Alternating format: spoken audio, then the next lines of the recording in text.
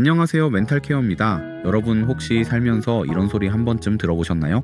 너는 참 특이해. 생각이 너무 많아서 피곤하겠다. 혹은 왜 그렇게 혼자 있으려고 해? 만약 이런 말을 들을 때마다 나 정말 성격에 문제 있나?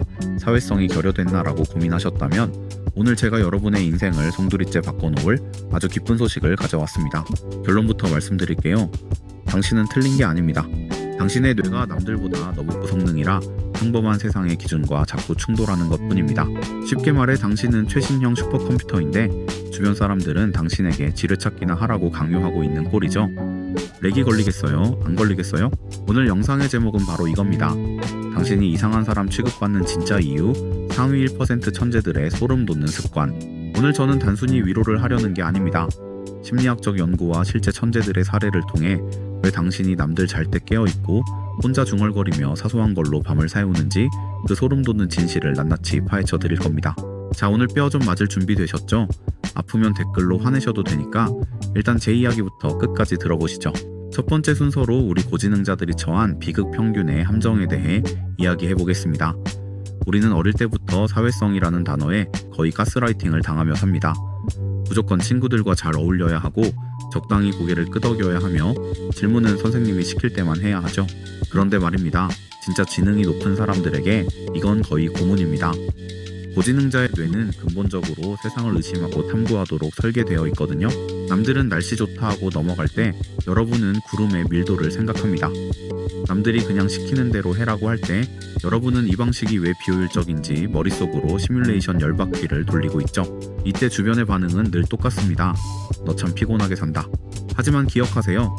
당신이 고쳐야 할 건 당신의 성격이 아니라 당신을 평범함이라는 틀에 가두려는 그 낡은 생각들입니다. 자, 이제 본격적으로 심리학이 찾아낸 고지능자들의 10가지 소름 돋는 특징을 하나씩 짚어보겠습니다. 그 첫 번째는 자발적 아싸가 된다는 겁니다. 런던 정치경제대학 연구에 따르면 고지능자는 사교 활동이 잦을수록 행복도가 떨어진다고 해요.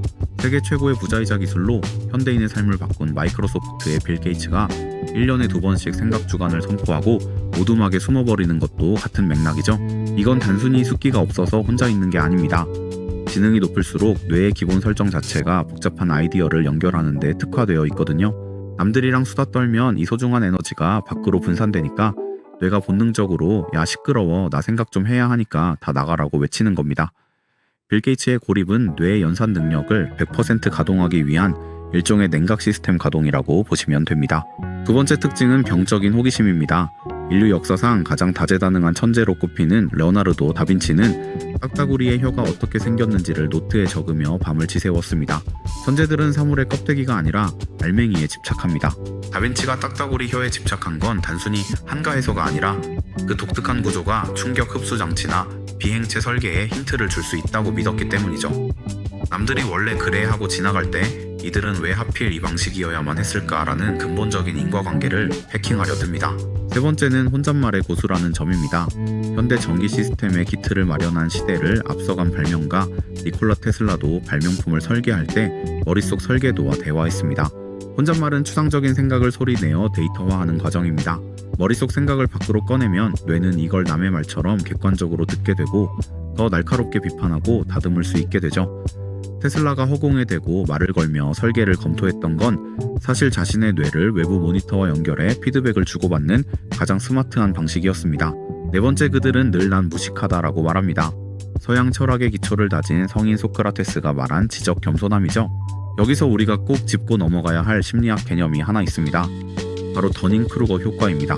이 효과를 한마디로 요약하면 빈수레가 요란하다는 겁니다. 지식이 부족한 사람들은 자신이 뭘 모르는지조차 모르기 때문에 근거 없는 자신감의 절정인 오매함의 봉구리에 서서 목소리를 높입니다. 반대로 진짜 똑똑한 사람들은 아는 게 많아질수록 자신이 모르는 미지의 영역이 얼마나 거대한지를 뼈저리게 느낍니다. 소크라테스가 똑똑했던 건 난 아무것도 모른다고 인정함으로써 새로운 지식이 들어올 빈 공간을 늘 확보해 두었기 때문입니다. 다섯 번째 특징은 분석지옥, 즉 과도한 생각입니다. 사소한 문자 하나 보내는데도 수만 가지 시나리오를 짜고 계시나요? 이건 뇌의 위험 예측 센서가 너무 고성능이라 생기는 문제입니다. 하나의 행동이 불러올 나비 효과를 10단계 앞까지 미리 보기 때문에 선택지가 너무 많아져 과부하가 걸리는 거죠. 고성능 뇌일수록 위험 요소를 걸러내는 필터가 촘촘해서 생기는 일종의 고급형 부작용인 셈입니다. 여섯 번째는 독특한 유머 감각입니다.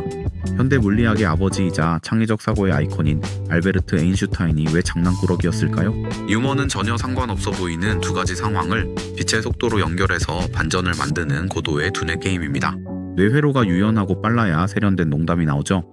에인슈타인이 무거운 물리 공식을 다루면서도 위트를 잃지 않았던 건 그의 뇌가 그만큼 부드럽고 쌩쌩하게 돌아가고 있었다는 가장 확실한 증거입니다.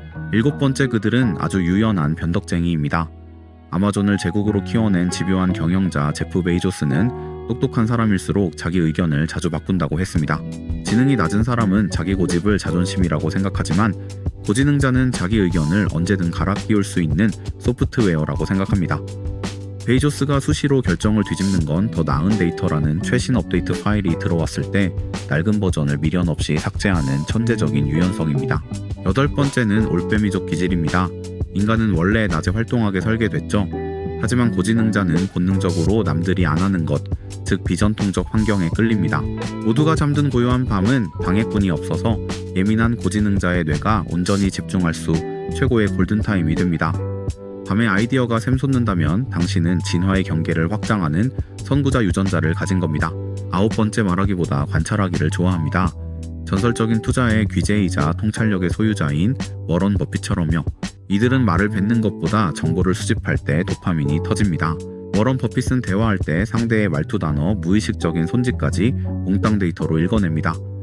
내가 말을 하면 정보를 얻을 수 없다는 걸 알기에 완벽한 그림이 그려질 때까지 침묵하며 관찰자의 지위를 유지하는 전략가적 면모죠. 마지막 열 번째는 끊임없는 의미 찾기입니다. 단순히 먹고 사는 문제를 넘어 삶의 복잡성과 존재의 목적에 대해 깊이 성찰합니다. 고지능자의 뇌는 사소한 일에서도 보편적인 진리를 찾아내려 합니다. 밥 한 끼를 먹어도 이 식재료가 나에게 오기까지의 역학관계를 고민하죠. 이들은 결과보다 왜와 어떻게라는 본질에 목말라하며 이 실존적인 고민들이 결국 세상을 진보시키는 거대한 철학과 과학적 발견의 씨앗이 됩니다. 자, 이제 실제 천재들의 사례를 좀 볼까요? 에인슈타인은 맨발로 다니길 좋아했고 테슬라는 비둘기와 대화했습니다. 만약 이들이 나는 왜 일이 이상할까? 남들처럼 평범해져야지라고 결심했다면 우리는 지금 촛불 켜고 살고 있을지도 모릅니다. 인류 최초로 1마일 4분 벽을 돌파한 로저 베니스터가 세상의 편견을 부셨을 때 그의 다리 근육이 아니라 그의 사고방식이 먼저 바뀐 것과 같습니다. 마지막으로 여러분께 제안하는 당신의 운영체제를 리셋하는 3단계 행동 강령입니다. 첫째, 당신의 이상함에 자부심을 가지세요. 그건 성격 결함이 아니라 당신의 고성능 뇌가 가장 행복하게 돌아가는 최적화 상태입니다. 둘째, 뇌에 고급 소프트웨어를 깔아주세요. 100만 원으로 술 마시는 대신 책을 사고 강의를 듣는 건 돈 낭비가 아닙니다. 당신 같은 슈퍼컴퓨터는 고급 정보가 들어가야 폭발적인 결과물을 냅니다. 공부가 아니라 남의 인생 결론을 쇼핑한다고 생각하세요? 셋째, 딱 90일만 당신의 직관을 믿고 밀어붙이세요. 남들의 시선은 무시하고 당신의 호기심이 이끄는 대로 살아보십시오. 90일 뒤 당신 안에 천재성이 폭발할 겁니다. 여러분, 당신은 틀린 게 아닙니다. 단지 아직 당신만의 사용 설명서를 발견하지 못했을 뿐입니다. 오늘 내용이 뼈 때리면서도 시원하셨나요? 댓글에 나는 이런 점이 이상했는데 알고 보니 지능의 증거였다 하는 고백을 한 줄만 남겨주세요. 그 선언이 바로 당신을 가두던 벽을 부수는 첫걸음입니다. 구독과 좋아요는 당신의 뇌를 위한 가장 강력한 업데이트입니다. 지금까지 멘탈케어였습니다. 당신의 가능성을 믿으세요. 우린 다음 영상에서 더 날카로운 공식으로 만납니다. 지금 바로 업데이트 시작하세요. 안녕하세요.